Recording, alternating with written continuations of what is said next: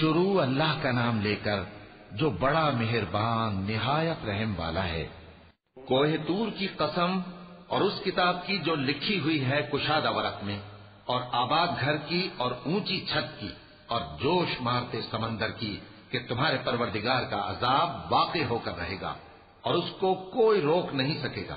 جس دن آسمان لرزنے لگے کپ کپا کر اور پہاڑ سچ مچ اڑنے لگے تو اس دن جھٹلانے والوں کے لیے خرابی ہوگی، جو بیکار باتوں میں پڑے کھیل رہے ہیں۔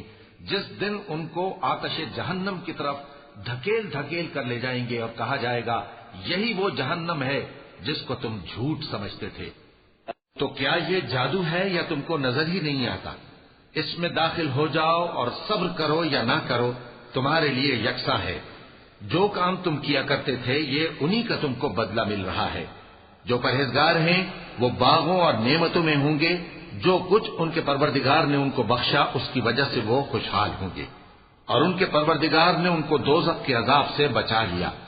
کہا جائے گا کہ اپنے اعمال کے صلے میں مزے سے کھاؤ اور پیو، تختوں پر جو برابر برابر بچھے ہوئے ہیں تکیے لگائے ہوئے ہوں گے، اور بڑی بڑی آنکھوں والی حوروں کو ہم ان کی بیویاں بنا دیں گے۔ اور جو لوگ ایمان لائے اور ان کی اولاد بھی راہ ایمان میں ان کے پیچھے چلی، ہم ان کی اولاد کو بھی ان کے درجے تک پہنچا دیں گے اور ان کے اعمال میں سے کچھ کم نہ کریں گے۔ ہر شخص اپنے اعمال میں پھنسا ہوا ہے، اور جس طرح کے میوے اور گوشت کو ان کا جی چاہے گا ہم ان کو عطا کریں گے۔ وہاں وہ جام شراب کی چھینا جھپٹی کریں گے جس کے پینے سے نہ کوئی لغو بات ہوگی اور نہ کوئی گناہ کا کام۔ اور نوجوان خدمتگار جو ایسے ہوں گے جیسے چھپائے ہوئے موتی جو ان کے آس پاس پھریں گے، اور ایک دوسرے کی طرف رخ کر کے آپس میں گفتگو کریں گے، کہیں گے کہ اس سے پہلے ہم اپنے گھر میں اللہ سے ڈرتے رہتے تھے تو اللہ نے ہم پر احسان فرمایا اور دوزخ کی گرم ہوا کے عذاب سے ہمیں بچا لیا۔